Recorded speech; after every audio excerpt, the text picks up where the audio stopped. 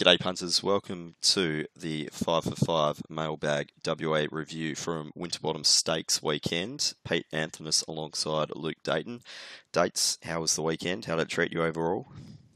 Hey Pete, hello punters. Yeah, good weekend overall, mate. Found a couple and even chimed in Gero after yourself after you'd gone up there for the Sky Guys and done your thing up there. So yeah, good weekend. How about yourself, mate? Yeah, it was good weekend overall. I think we both were really keen on Rising Sea, and it was good to see it get up. And obviously had a little bit on Father Nick, and I know for yourself, you sort of picked the eyes out of the Winterbottom and almost got the trifecta first four, just the wrong order. So a little bit of spew there late, but Yeah, a little bit of tough bickies. Take something out of reading the form right, I guess. You just get fuck all for that. yeah, exactly right. Look, we're going to run through the punting form data, and there's a couple of interesting races. I think is probably the best way to describe it because it just didn't really marry up with what we saw on the day. We'll jump into race one. So basically, they've gone one length faster than the class average to the 600, and that was quite surprising, just given the small field. Probably the main thing for me that it signified was it did look visually, at least, that mid to wide barriers were suited during the day. At least early, that sort of just got the impression that the fence maybe wasn't quite as good as the lanes on the outside of it. So this two wide and even the three wide lanes seemed to be a little bit more effective. And if Agent Pippa, she obviously didn't parade as well as what she has done previously. It was just a bit more scattered and nervy.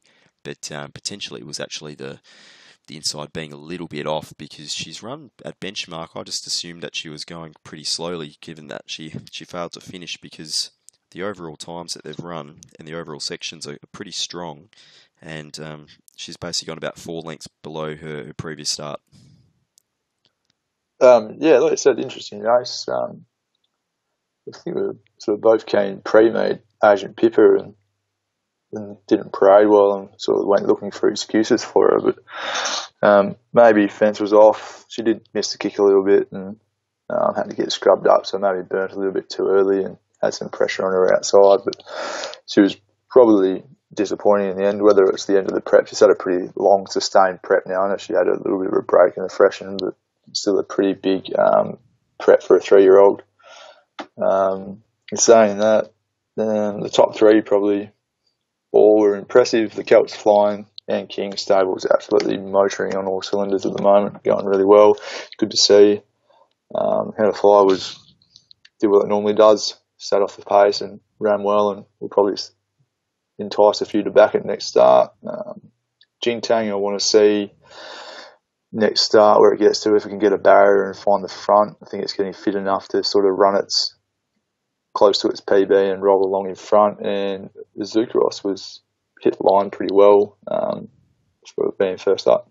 Yeah, I thought Zagros, it's just its condition, probably gave out the last 200. That seems to be what the times are indicating anyway. But yeah, it was a pretty iffy parade, I thought, by most of these, and really that was the only one I could find. He looked bright enough and fit enough to run a bit of a race first up, but obviously was going to be pretty hard trying to chase down the leaders on that sort of pace. So yeah, not really sure what to make of that race going forwards, but I'll be pretty keen to just see them all parade before jumping into any of them, I think. Yep. We'll go to race 2 on the card, which is a 2-year-old race, the Crystal Slipper. And again, they've gone exactly benchmark here, which again, surprising given that it was only 6 horses in the field. And they've returned overall sections, which are pretty decent for the most part, just below benchmark. So I think that's pretty good at this time of year for early-ish season 2-year-olds. Jericho Missile was just too strong for Specialism, who did a mountain of work sitting outside the lead and probably wasn't suited. I'm not sure they necessarily expect Jevelation to kick up that much. I suspected they might try and do that, the Taylor camp, just with the better barrier this week. And obviously Jevelation finished last and Specialism was just nabbed on the line. Yeah, they're good pick up by yourself there with the Taylor camp. I suppose they're typically a stable that when they have an inside draw, they used to like to utilise it and kick up a fair bit. Jericho Missile looked smart. I think he said it had improvement to come from the yard, so it'd be interesting to see how much it improves the next couple of starts. And whether they back it up or they put it out and target some of the bigger races coming up. Specialism huge. Thought it was a big run, really impressive. Probably didn't lose any admirers in the way it ran. Interesting, that's probably the first time it hasn't had the rail and sort of got a bit lost on the bend, so definitely something in that for the 2-year-olds, those that can find the rail. Which, and your horse was good, man. I thought it hit the line really well, wasn't really pushed to find a position early on and sort of just there for more of an education thing, and should improve moving forward. Yeah, I thought it was just probably, obviously the wide gate. Julian only had 2 options, and that one was to sit 3 wide, one was to go back to last. And I thought going back to last had much more merit. I believe both Jericho Missile and Specialism are going out for a spell, so that opens up a lot of these 2-year-old races going forwards. So yeah, hopefully there'll be a race and a barrier for our girl going forwards. But yeah, pretty much the same as what it's been so far. If you find the rail, you pretty much find the win. Although Jericho Missile did find the rail, and I do have a slight query on whether or not that ground was a little bit inferior. It obviously peeled out well and truly before the straight and found those good lanes going out wide, so just always helps. But obviously there was a good sort of spoke around the horse, and they backed it pretty solidly, I think, early, so didn't really miss with that. Race 3, and it's a bit of the same old with Arcadia Prince, although, mind you, this time they did actually go to that 1.5 lengths slower than the class average, so relatively even for the most part. Again, it just showed too good a turn of foot, settled in an absolute world perfect position, peeled out and went straight past them. I found Taxigano and Sovereign Trade in the yard, and I thought Taxigano was pretty disappointing, but I think he just needed a bit more pace on overall. He just looked like he whacked away. He didn't necessarily tail off or anything like that. He just lost all momentum and didn't really show any acceleration. Going forwards, Brokers probably won away in terms of what I saw, and Sovereign Trade pulled up with a few little issues. What do we have here? It was respiratory noise when being eased down, so it's undergone a few exams. We'll see what happens, but not really keen on taking too much out of this sort of race dates. How about yourself? Like yourself, mate. Pretty main one's probably just Broker. Been waiting for it to get the third up. For this prep, it usually improves slight with a bit of racing. Third, fourth up, then it usually holds its form for the rest of its prep. So, keen to see where it goes next. Start. Other than that, Arcadia Prince is a talented horse. Logged perfectly. It was probably all over as soon as they jumped. Interesting ride on Spillanova. Surprised that they didn't try to dictate a little bit more than they did, and were happy to take a sit. It was interesting, maybe something to do with, from all reports, there was a bit of wind on course, so maybe they took a bit of a precaution and not wanting to go at a fierce tempo into that wind on the back straight. Other than that, mate, just Broker really. I guess that's probably the thing with Spillanova overall, is it basically ran to, I think, its limit, around that 1 length above benchmark or so. It's been pretty much around that. I'm just going to double check the figures just now, but I think that's probably just its limit, I would imagine, for the most part. So we'll just have a quick look.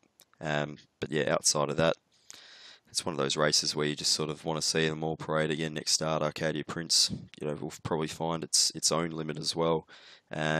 Spillanova, its PB's 2.8 lengths faster than benchmark or above benchmark, so it's probably not too far off that, to be honest. And its last start was actually 0.4 of a length better. So pretty much run exactly the same. Yeah. We'll go to race 4, and this is probably, if there's going to be one race of the day that really looked interesting from a sectional data point of view dates, it was probably this one. They've been led up going at 0.6 lengths slower than the class, so pretty much bang on even. But you notice that there was a few interesting little sectional times with Misty Ladd leading. It looks like they've had a little bit of an anchor drop there, sort of mid-race from the 8 to the 6 using on the punny form data with 8 to the 6, Misty Ladd's dropped off, and then the 6 to the 4, she's dropped right back and then had to try and pick up again from the 400, and you sort of see that on the tape. She looks gone and then fights back once who was on their outside, Song of Vincent, who loomed as if it was going to streak away at the top of the straight, and Misty Lad was able to fight back. So for me, seeing that data, I'm going to sort of forgive horses that were back in the field, so the This-A-Ways and Deception Games. I think they both run fairly, especially Deception Game, and be looking to follow Misty Lad wherever she goes next start. I think she can really probably bounce off this and find a race. Yeah, overall it wasn't a particularly strong race. I was said on radio that I was keen to almost forget Platoon for the rest of the prep, and I'll probably stick by that, all things given, because you sort of have a look at the leaders. The overall figures aren't particularly strong, but the leaders were certainly more disadvantaged than the horses back in the field, who haven't dropped quite the same amount of time based on the individual splits. And yeah, Platoon's obviously finished with a good burst once again, but that's just its pattern, and overall its figures, it's barely getting past benchmark overall when it's all said and done. So I think you can sort of just put a line through it for this prep. Still parades like it's a bit edgy, a bit nervy. Don't know if we'll get the ultimate gear change at some stage, but we'll wait and see. Nordic King probably won the raffle there. Yeah, just sort of found the right spot and had the right jockey to get it home in the end. It was, a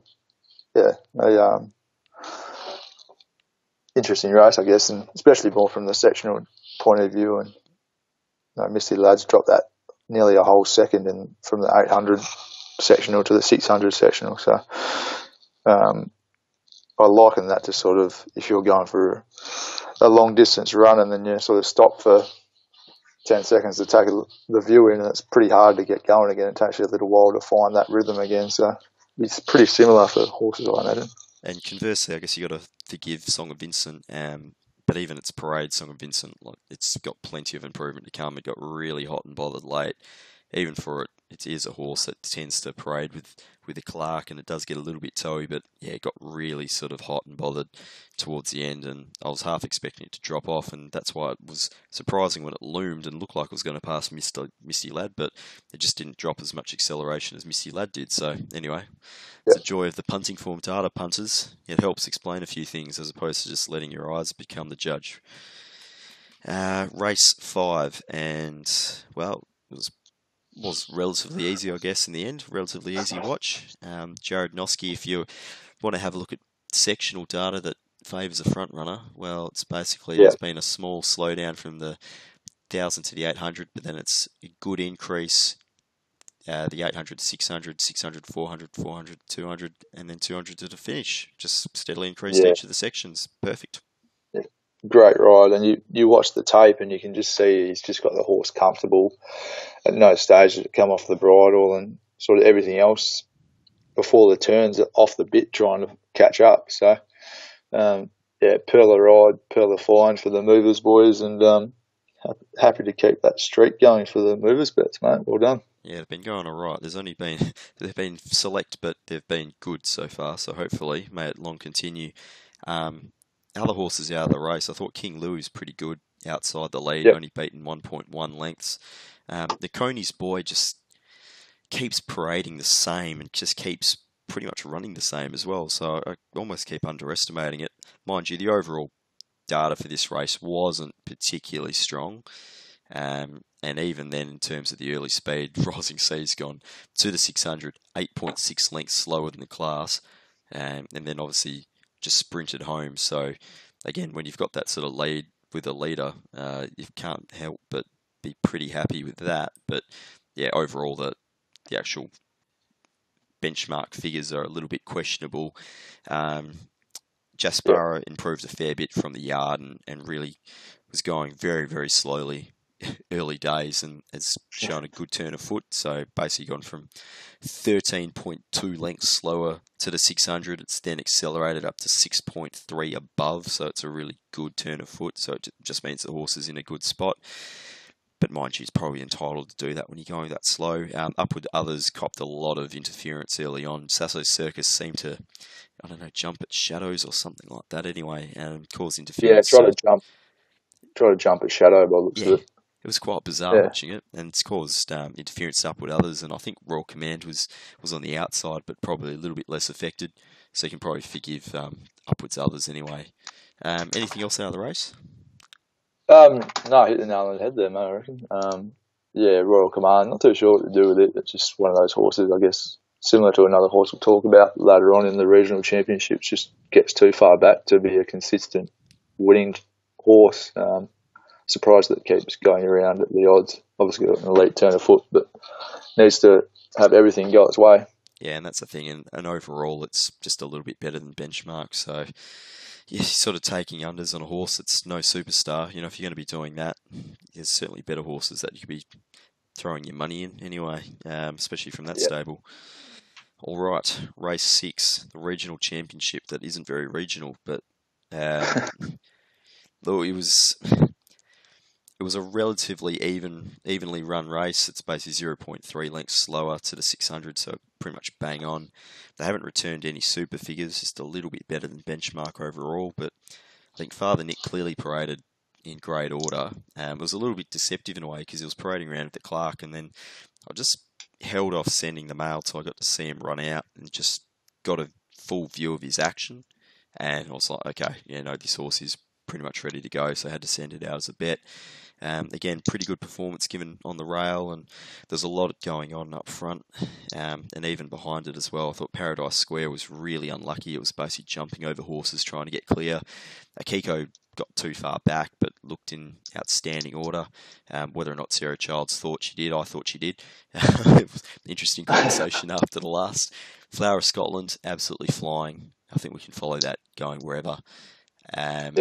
Finally, French was maybe a little bit plain. Was expecting it to walk a little bit better. It was pretty fit, but that was about it. Fine Scent, pretty much typical for the stable. Vermont Lady, typical for it. Yeah, not really sure we can take too much out of the race. It was just a bit of chaos, I think. Yeah, the old Ascot-based regional championship runners run 1-2. You'd be a little bit spewing as a genuine country trainer come to a race, and then the Ascot-based trainers get up. But anyway, good find by yourself in the yard. Probably didn't have enough on Father Nick, having backed at the last start, and then you put it on top. Got the Chocolate's got a perfect ride, got a perfect run. Nice little split up. Up the fence. Thought Fine Set was awfully unlucky. Held up for most of the straight, got out, and then got run down by one coming up its inside. If McGrady keeps the fence, Father Nick runs up its arse and it wins the race. Flower of Scotland Hughes will go back to Bunbury next start likely, and hopefully we find it from the yard. Hopefully we're on course and get another result out of it. Similar to Count Carter, probably goes back to down south and will be hard to beat wherever it goes. I agree, Paradise Square was huge. Looks like it's taken to the new stable very well. Yeah, exactly right. Really keen to follow that horse wherever it goes. Just on Fine Scent, how's the ride from Shooter McGrady? It's gone from gate 12 and he's landed the fence behind the leader. It's just... Yeah, it was a perler and then just probably made the wrong decision. Had to stuck the fence and he probably wins the race. Yeah, he's in pretty good form, Shooter. So one for followers of Vacanar Stard going forward. Fingers crossed anyway. Snow Blossom. Snow Blossom. Yeah. It's just one of those horses similar to Royal Command, just gets too far back and needs a small field. And it's one of my favourite horses, being a Bunbury horse, but it just runs up arses for a living. And that's pretty much exactly what it did. It had a lot of backsides in front of it and tried to get through all of them. Might try and buy it again. Yeah, exactly. Yeah, just throw one out. All right, race 7, the main event, the Winterbottom Stakes. What more can you say? This race was absolutely brutal. So we're talking about the class benchmark here. So across a class of group races, they've still gone 7 lengths faster than your average group race to the 600. So they're absolutely flowing. And we've basically seen that with the field inverting. A lot of the on-speed Brigade, Belter, Runson, Rebel King, all finished back in the field, and Voodoo Lad, Enticing Star, Maliguera, I'll Have a Bit, have all settled well back in the field. They've settled 13th, 12th, 10th, and 11th. I'll Have a Bit had a bit of interference, so didn't quite get there. Enticing Star and Maliguera had a bit of a bump at the top of the straight, and Voodoo Lad came out the widest and had the best run. I thought Valor Road and Ashlaw were phenomenal on speed. They've only been beaten about 2.5 to 3 lengths, so that's pretty good going. And Prophet Street keeps running well, I thought. Just needed a little bit more wind-up room, I think, but it wasn't necessarily travelling as good as the first three home. Enticing Star overall finally proved that she could do what many suspected, and that she could get home in one of these tough run races. But overall they haven't come home very quick. I think that's more just because that first 600 was just absolutely phenomenal. Yeah, no, dead set flying, mate. Probably didn't anticipate as much speed as what we got for the race. It was breakneck speed, which explains obviously the finishing order. Thought we were home top of the straight with Malaguirre and Enticing Star, and then just got weird. Too good by the Great Man. Sounds like he shouted the bar again as well, which is just too good. Pretty similar horses that I'm interested in moving forward. Valley Road goes anywhere and its own grade, probably wins. I thought it was huge. Thought it was enormous. Which couldn't take any of the price because it was 30s and the 10s, and couldn't back it at 10s. But yeah, it's run enormous, and we'll probably depends where it goes because it's going to have to lug some kilos again now. If it goes back to its own sort of age group and somewhere. Other than that, Malaguirre was good. That was a huge training performance for him to come over and get it to go as well as it did. Enticing Star, good for WA Racing to see her at her best and sort of prove that she can do it with the best of the sprinters. Be interested to see where they go with her now. And Vidora, awfully disappointing. Yeah, there was a lot of nasty rumours in the 24, 48 hours leading up to the race. Effectively, she hadn't been eating well, and some of the track work she had done just compared with last year when she was surging up the gradient at Ascot, she was just struggling, just plain, and then that's basically what I saw in the yard. Like, had a little bit of glow, but wasn't walking particularly well, and just didn't seem bright. It was gone. Yeah, it was gone. 700. She's off the bit, and I don't even think if Bowditch had been able to find a gap, he wouldn't have been able to take it. He just didn't have any horse there. So really, really interesting. I guess you look at the betting as well, and she was just really solid in the market. Usually when you see something go that badly and it's got those rumours around, you sort of see a little bit of a move the other way on Betfair. But she came 268 into 234, 238 late, and it was just interesting to see. Yeah, it was pretty surprising. And you sort of said to me after the race, did you lay the place? And I thought, yeah, usually I when I don't like a favourite, I'll try and lay at the place because I just really like trusting my eye when it comes to that stuff, and you didn't even think of it. No, neither. I was fucking spewing after the race, especially after we just missed the first four. But I suppose just interesting, really. Not too often the fair gets that wrong in a big race like that. Yeah, agree. Look, in terms of the overall yard, I thought the way Belter looked, I thought, geez, you've picked the wrong race here second up. Any other sprint race, you'd be winning. But I think a lot of these, depending on how they pull up, it's probably the main thing. I reckon they'll need probably at least 2, probably 3 weeks to get over some of these runs. But, I mean, Belter's sectionals here, from the 8 to the 6, it's gone 10.56 seconds. From the 6 to the 4, it's gone 11.8. So it's dropped over 1.24 seconds. Yeah, it's just completely threw the anchor out. Yeah, it's just it'd be as like if you were running and the parachute training that you do when you're a sprint trainer, and you let the parachute out, and then all of a sudden you're just basically on your ass. It's pretty similar to what happened here. Yeah, he just had gone way too hard up in front. Especially off the platform it had too. Like we talked about it in the preview. It just didn't have the platform to sustain a big speed. First up, they went 6 lengths below what it normally does. It's just not really the platform you want going into a Winterbottom, which are generally pretty steady races, and then they've come out and gone breakneck speed here. It was never a good recipe for success. No, it certainly was not. The sooner Rawa get the sectionals up on the TVs, the better, because if you were seeing those sectional times and knowing that, it'd be a great opportunity to be laying the fuck out of it in play. Yep. Absolutely. I'm just bringing up Belter's sectional data here. So you're exactly right. Yeah, 5.5 slower last start over 11. He's gone 10 lengths faster. So it's only a turnaround of 16 lengths. He'll be fine. And he can when he's at his peak and when he's got a good platform, he can sustain those breakneck speeds. You look back last prep and he was going 8 lengths above sort of benchmark across all races for those distance over the 1100 and 1200 and sustaining it and coming home above benchmark in those races. And so, yeah, I guess when they look back at the prep and sort of preparation for the race, they probably might do things differently a little bit next time. Yeah, exactly right. Out of the Eastern Staters, I'm keen to follow I'll Have a Bit, National, or if they turn up anywhere over the next couple of months. I thought they both looked really well. Was pretty happy with their runs as well. Malaguera, interesting to see where it goes. States you're keen on it in the preview, and I certainly couldn't have had it, but really good run. So again, there's another one to be following from this meet. Enticing Star's out for a break, so we'll wait for her to come back next year, but I suspect she'll come back a really furnished mare. Yep. All right, race 8.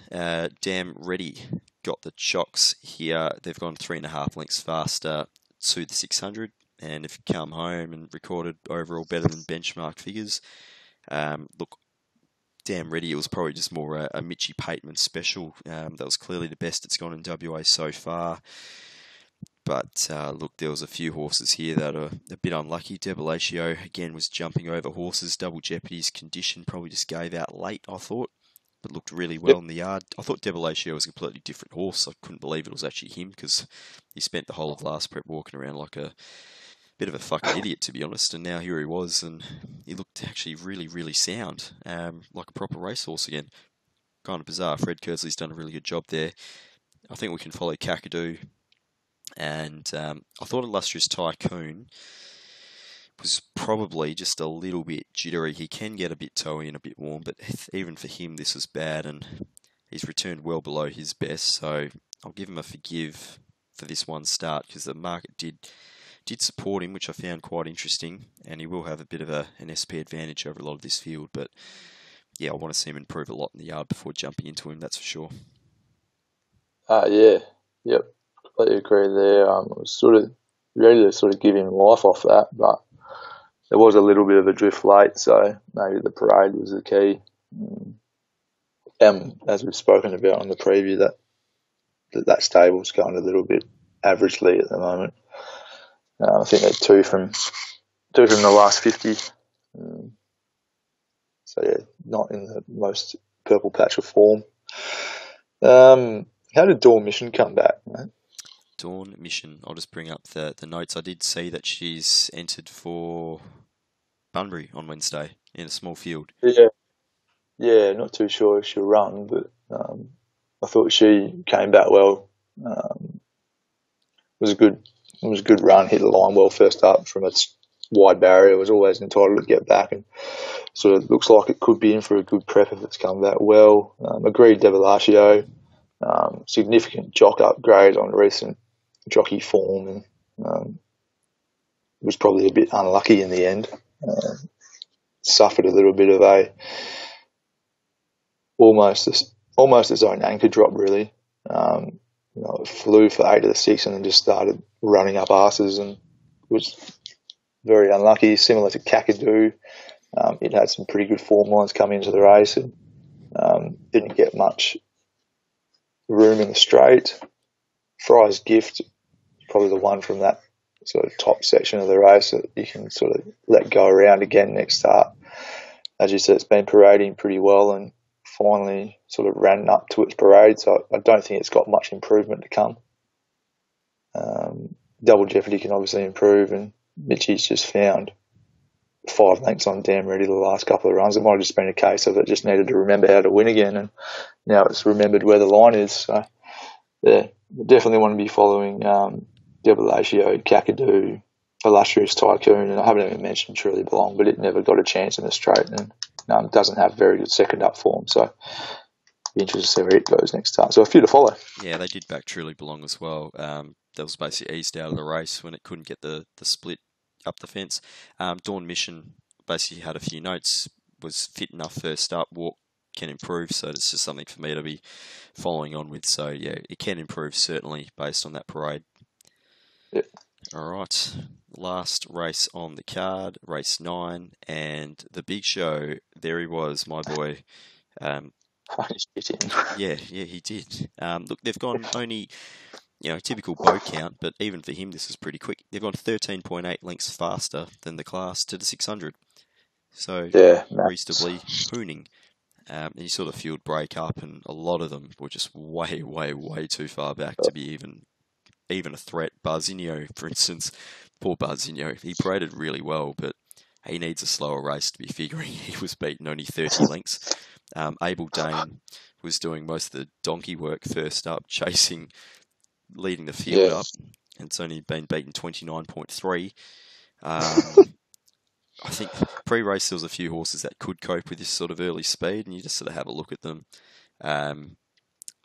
Obviously, the big show, Mr. Albi, Bow Count's done really well to finish third. Burger Time, Arctic Stream, Magical Charm, Brothers Keeper.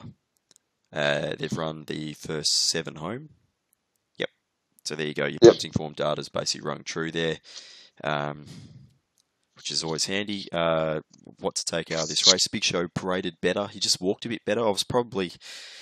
We backed him to start before, or that was my recommended bet anyway. Him and Dark Prospect. In the end, they both earned, and I stayed out for Mounting Yard Mail subscribers. But he actually just walked a bit better this start, so I just made sure I was a bit more disciplined with a few horses on Saturday, and that was one of them. Fortunately, didn't have a bet for punters because basically it was $4.40, and I thought it was a reasonably tough race at that expected speed. You just want to see him come out and actually win. But then, as soon as I sent the text out, he's been 4.40 into 3.30. The market's flipped around. I thought, yeah, hang on, I've probably erred here and not betting, so I actually started betting myself at that point.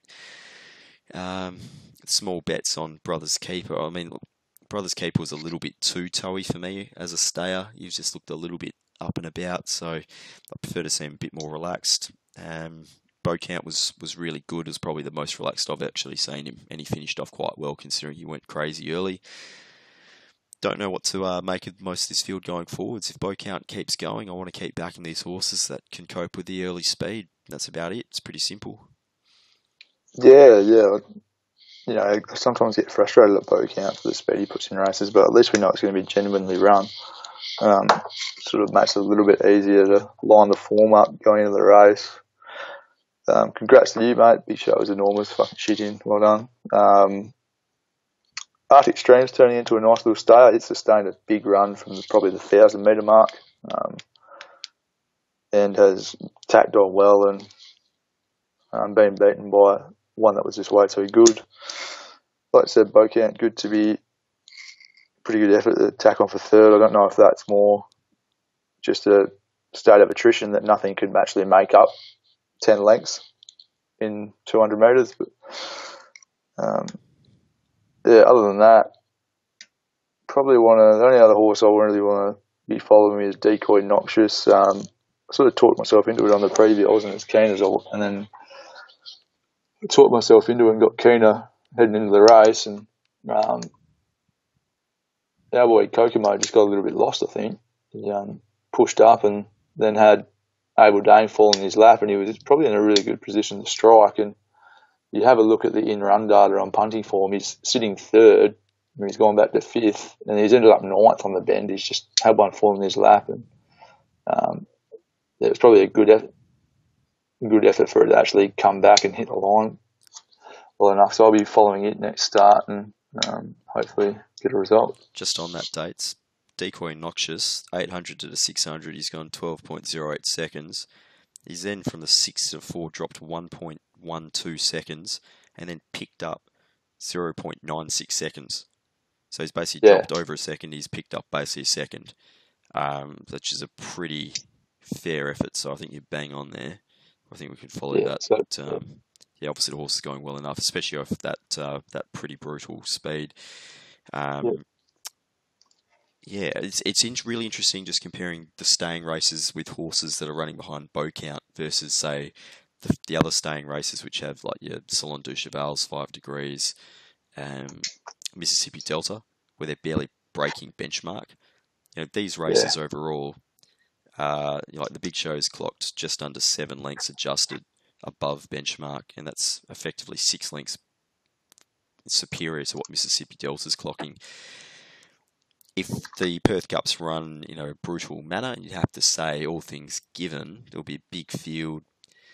Not sure I'll be going necessarily bow count speed, but certainly there'll be enough speed on. You just have to suspect that this form line going forwards is going to be more superior to the Mississippi Delta one, even though you're going to have those horses probably more favoured than these ones. yeah, completely agree. I think this form and the obviously the group level form, once those horses from the Kingston's Town continue on their preps, will be the form that we'll be with come the race day.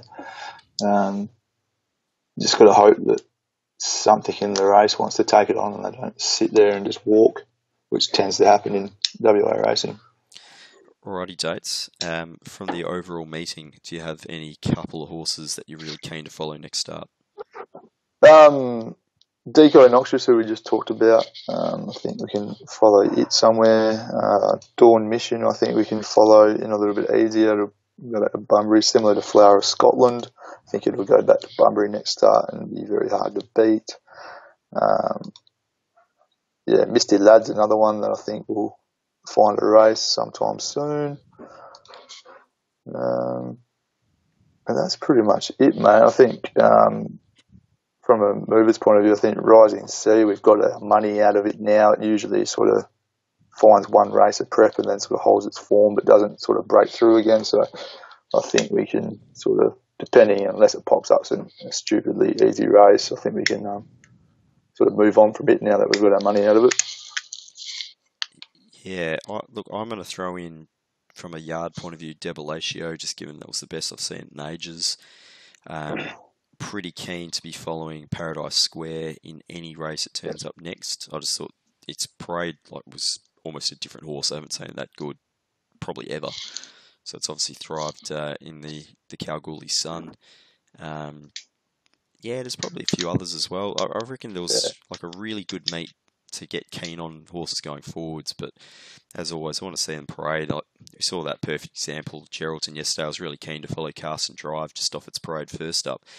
Didn't parade anything like the horse it did first up and ran accordingly up at Geraldton, beaten well and truly as a short favourite. So just shows, especially with those faves, you just really want to get a confirmation in the yard. It doesn't cost you that much from a price point of view, but geez, can save you a lot.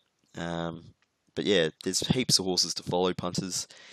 I think Taxigano's worth forgiving as well, just off its parade. It improved a fair amount. It might be one of those consolidation parades where it then pops up next start and runs really well. It's almost like a delayed response to the actual parade.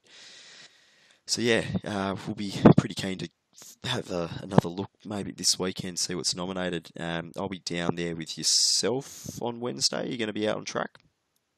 I will be there from probably race 2, I think, mate. Hopefully. Sweet. So I'll be there for Sky Punters. There won't be any Mounting Yard mail. I'll have a look at the fields for Sunday at Pinjarra and may make the trip down there if it's worthwhile.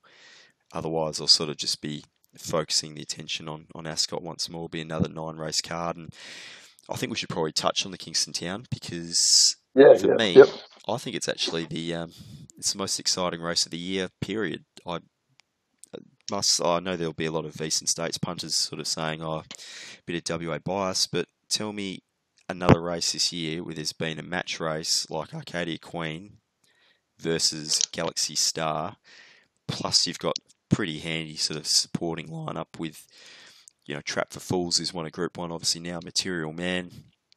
There's, even Gadding, who's run second the railway. There's a lot of horses that are absolutely flying, plus horses like Arcanar Star. I think this match race, plus with the supporting cast, for me, it's the race of the year.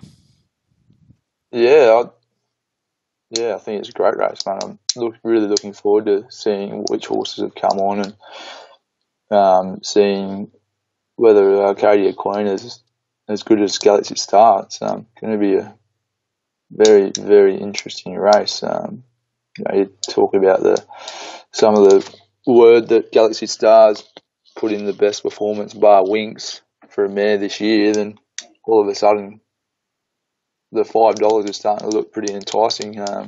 Obviously Willie Pipe's chosen to ride Arcadia Queen, but lots of different little angles. Really looking forward to getting stuck into the preview and trying to find the winner. Akinar Star's not the worst at $34 in early markets either. Yeah, I think Akinar Star and even probably Perfect Jewel, they're probably the two roughies I think that are best suited necessarily going forwards. Perfect Jewel was enormous last start in the railway, and I think all things being equal, we'll get another pretty hard run race with Trapford Falls leading him around. I know that's often been the thing said, is that he doesn't necessarily lead races particularly hard. Well, he's got Oliver on, and he's back at Ascot. I think the inclination will be to try and lead pretty strong. So I think there won't be any shortage of speed in the race, but we'll wait and see. Yeah, and Material Man, she paraded, I thought, with improvement to come last start. So if she improves, or he improves, and it's going to be a cracking race. Yeah, Lucy Warwick almost declared the horse straight after the railway day. She basically came out and said, he'll be extremely hard to beat next start. And so it's turned into a pretty tough race since then. But absolutely looking forward to it. We'll get stuck into that preview Thursday night, punters. Until then, hopefully you can get a few results out of Bunbury, where we'll be focusing our attention on. We'll send out anything worth betting on, either via the Movers or Mounting Yard Mail if I spy anything. It's pretty tricky trying to do that at the same time as Sky, especially when you've got only one hand free and that's holding a tablet and the other hand's holding a microphone. But otherwise, tune in and we'll try and push you the right way on air. But until then, punters, go well with the punt. See you guys. Have a good week.